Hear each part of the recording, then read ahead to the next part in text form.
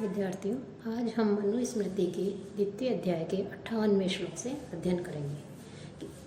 इससे पहले महर्षि मनु ने जो ब्रह्मचारी बालक है उनके आचमन के लिए कहा गया है, भोजन विधि आचमन विधि क्या है उसके लिए कहा है। तो आचमन किस प्रकार से करना चाहिए, आचमन के लिए कौन से तीर्थ है, उन तीर्थों का क्या स्वरूप है, आचमन का क्या प्रकार है, उसके विषय में हम अध्ययन करेंगे। तो 58वें श्लोक में कहते हैं महर्षि मनु कि ब्राह्मणेन विप्रह तीर्थेन नित्य कालम उपस्पृशेत कायत्रदिशकाभ्याम वान्य पित्रेण कदाचन। कि विप्र है कि जो ब्राह्मण है, विप्र है ब्राह्मणेन तीर्थे कि ब्राह्म तीर्थ से, और कायत्रदिकाभ्याम और जो प्राजापत्य तीर्थ है कि ब्राह्म प्रजापति अथवा देव तीर्थ से हमेशा जो है सर्वदा कि हमेशा आचमन करें। नित्य कालम कि सर्वदा ही, नित्य कालम सर्वदा, उपस्पृशेत पित्रेण कदाचंतु कि हमेशा जो है वो ब्राह्मण बाह्य तीर्थ, प्राजापत्य तीर्थ और देव तीर्थ आदि से सर्वदा आचमन करे। पित्रेण कदाचन ने, और लेकिन जो पितृ तीर्थ है उस पितृ तीर्थ से कभी भी आचमन नहीं करें। अर्थात ब्राह्म तीर्थ, प्रजापति तीर्थ अथवा देव तीर्थ, इनसे ही आचमन करने के लिए महर्षि मनु ने कहा है। और पितृ तीर्थ से आचमन का निषेध किया है, और क्योंकि पितृ तीर्थ से कभी भी आचमन नहीं होता, पितृ तीर्थ से केवल पितरों का तर्पण ही होता है। अभी जो भी तीर्थ हैं ये हमारे हाथ के अंदर ही, हथेली के अंदर ये सारे तीर्थ हैं। इन तीर्थों का क्या स्वरूप है, हथेली में स्थित इन तीर्थों के स्वरूप के विषय में बताते हुए महर्षि मनु कह रहे हैं, अंगुष्ठ मूलस्य तले ब्राह्म्यम तीर्थम प्रचक्षते कायम अंगुली मूले अग्रे दैव्यम पित्रेम तयो अतः। अंगुष्ठ मूलस्य तले, हाथ का जो अंगूठा है, हाथ का अंगूठे की जड़ के नीचे वाला जो भाग है, अंगुष्ठ मूल के नीचे ब्राह्म्य तीर्थ होता है। कि ब्राह्म्य तीर्थ का है कि अंगुष्ठ मूल के नीचे जो है वो ब्राह्म्य तीर्थ है। और जो कनिष्ठिक का उंगली है, अंगुली मूले कायम, कि जो कनिष्ठिका उंगली है उस उंगली के मूल में कायम प्रजापति तीर्थ है। कि हमारी हथेली के में जो अंगुष्ठ है अर्थात जो अंगूठा है उसके नीचे वाला जो है वो ब्राह्म्य तीर्थ कहलाता है। और सबसे छोटी जो उंगली है जिसे कनिष्ठिका कहते हैं, उस उंगली के मूल में प्रजापति तीर्थ होता है। और अग्रे और उंगलियों के अग्रभाग में दैवम, उंगलियों के हाथ की जो उंगलियां हैं उन उंगलियों के अग्रभाग में देव तीर्थ होता है। तथा तयो अधः पित्रम, और अंगुष्ठ और तर्जनी के मध्य भाग में पितृ तीर्थ कहा गया है। कि अंगूठे के हाथ का पूरी हथेली में जो अंगुष्ठ है, जो अंगूठे का मूल भाग है, जो जड़ भाग है, उसके नीचे तो ब्राह्म्य तीर्थ कहा गया है। और अंगुली, कनिष्ठिका उंगली जो है उसके नीचे का भाग प्रजापति तीर्थ, अंगुलियों का अग्रभाग देव तीर्थ, और अंगूठे और तर्जनी अर्थात अंगूठे के पास वाली जो उंगली है और अंगूठे, इन दोनों के बीच का जो भाग है, मध्य का जो भाग है, वो भाग पितृ तीर्थ कहलाता है। इसलिए जब आचमन के लिए कहा गया है तो ब्राह्म आदि तीर्थों से, प्राजापत्य आदि तीर्थों से आचमन करना चाहिए। लेकिन पितृ तीर्थ से यहाँ पर निषेध किया गया है, क्योंकि पितृ तीर्थ से केवल जो पितर हैं उनका तर्पण किया जाता है। अब आचमन के लिए कहा है तो आचमन का क्या प्रकार है उसके लिए कह रहे हैं, त्रि आचमेत अपह पूर्वम द्विहि प्रम्रज्यात ततो मुखम खानी चैव स्पृशेत अद्भिः आत्मानं शिर एव च। कि पूर्वम अपह त्रिहि आचमेत, कि पूर्वम कि जल लेकर के सबसे पहले त्रिहि आचमेत 3 बार आचमन करें। ततः द्विहि मुखम प्रमृज्यात, उसके पश्चात 2 बार मुख प्रक्षालन करे, मुख पहुँचे।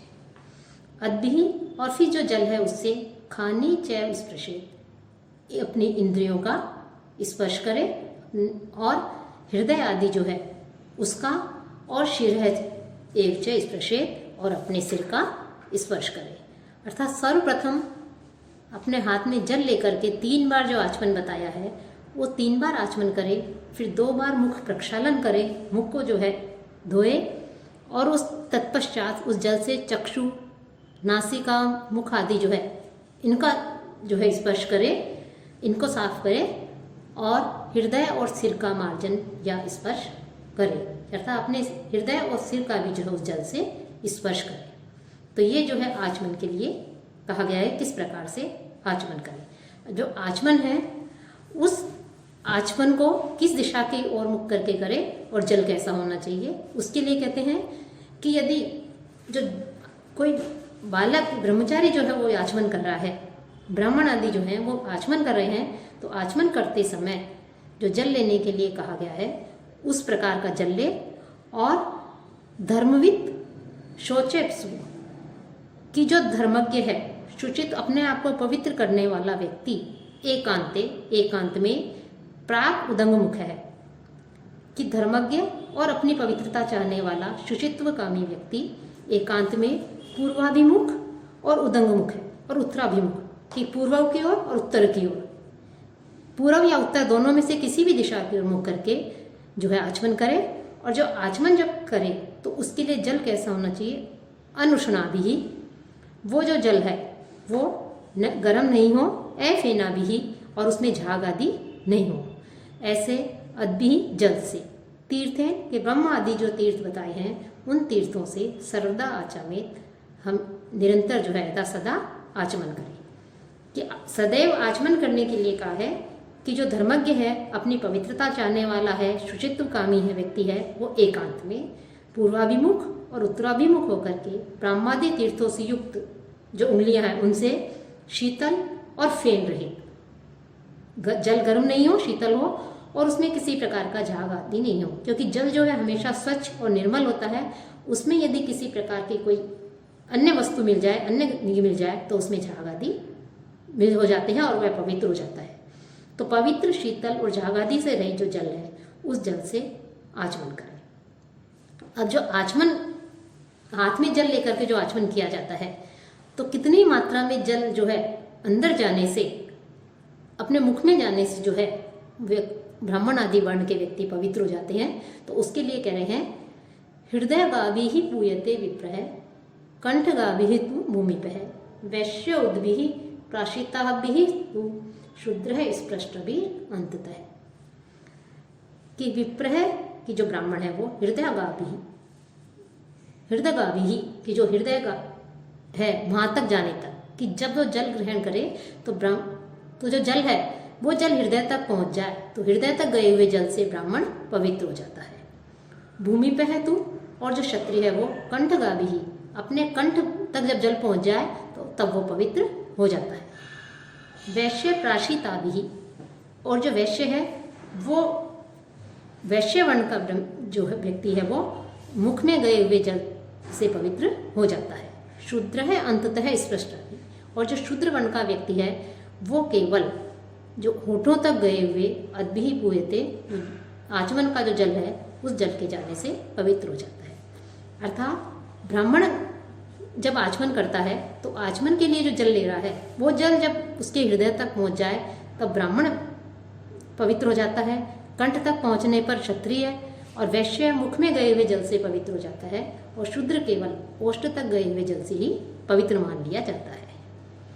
अब इसी क्रम में जो यज्ञोपवीत धारण करने के लिए कहा था, तो उसमें भी उपवीति, आवीति और निवीति, इनके लक्षण बताए हैं कि उपवीति किसे, यज्ञोपवीत जो है वो उपवीति, आवीति और निवीति कब कहलाता है, तो उसके लिए कह रहे हैं कि उद्धृते दक्षिणे पाणौ उपवीति इति उच्यते द्विजः, सव्ये प्राचीनावीति निवीति कंठ सज्ज।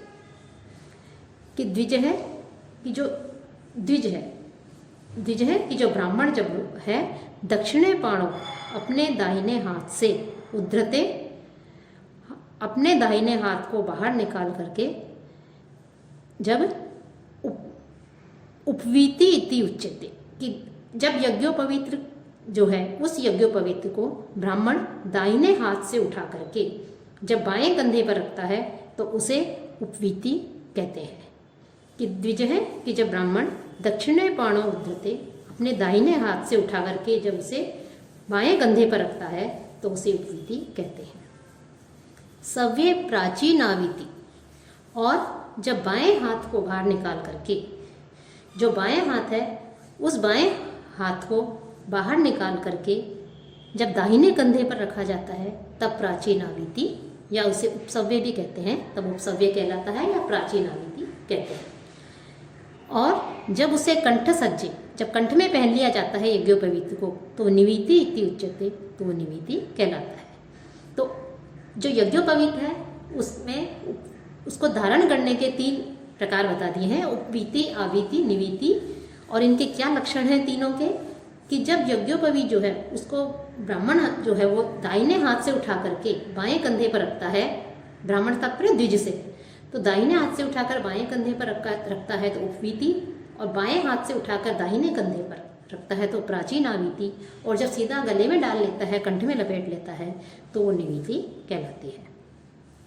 अब जो ब्राह्मण जो ब्रह्मचारी हैं, तो द्विज जो ब्रह्मचारी हैं, उनके लिए जो मेखला, दंड, कमंडल, वस्त्र आदि जो बताए थे, तो वो यदि पुराने हो जाए तो नवीन जो मेखला आदि धारण करें, तो उनको कहाँ, किस प्रकार से उनका विसर्जन करना चाहिए पुराने मेखला, दंड आदि का, तो और उसके लिए कह रहे हैं मेखलाम अजिनम दंडम वीतम कमंडलम अपसु प्रास्य विनष्टानि गृहीतानि अन्यानि मंत्रवत, कि मेखला की जो मेखला है कैसे मध्य के भाग में, शरीर के मध्य भाग में जो पहनते हैं वो, अजिनम की कृष्ण मृगचर्म आदि, वो दंडम जो ब्रह्मचारी के लिए अलग अलग प्रकार के दंड बताए थे वो दंड, उपवीतम यज्ञोपवीत, कमंडलम जो कमंडल है पात्र विशेष जिसमें ले जाकर के भिक्षा आदि जो है ग्रहण की जाती है, वो विनष्टानि, यदि वो किसी नष्ट हो जाए, अर्थात वो किसी प्रकार से वो पुराने हो जाए,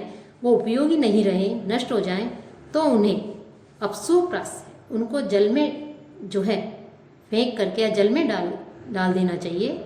और अन्यानी, और अन्य जो जिनको डाला है जो पुराने हो गए हैं, मेखला, अजिन, दंड, यज्ञोपवीत, कमंडल आदि, तो अन्य जो हैं उन्हें उसी प्रकार से मंत्रवत विधि पूर्वक, मंत्रोच्चारण सहित विधि पूर्वक मंत्र विधि से अन्यानी ग्रहित है, वो दूसरे जो है मेखला, कमंडल, दंड, यज्ञोपवीत आदि जो हैं उनको जो है वो धारण करें।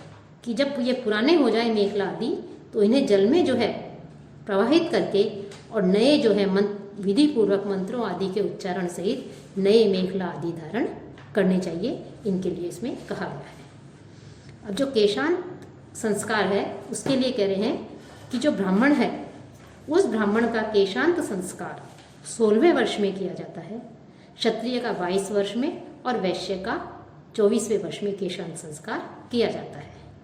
और स्त्रियों के लिए संस्कार के विधान के विषय में कहते हैं, ए मंत्री का तु कार्ययम स्त्रीणाम आवृत शेषितः संस्कारार्थम शरीरस्य यथा कालम यथा क्रमम, कि स्त्रियों को सब कर्म, स्त्रीणाम तो यम आवृत अशेषित है, जो स्त्रियां हैं उन स्त्रियों को ये सारे कर्म जो हैं, ये सब कर्म शरीर के जो संस्कार आदि हैं, वो सारे संस्कार आदि सभी यथोक्त क्रम से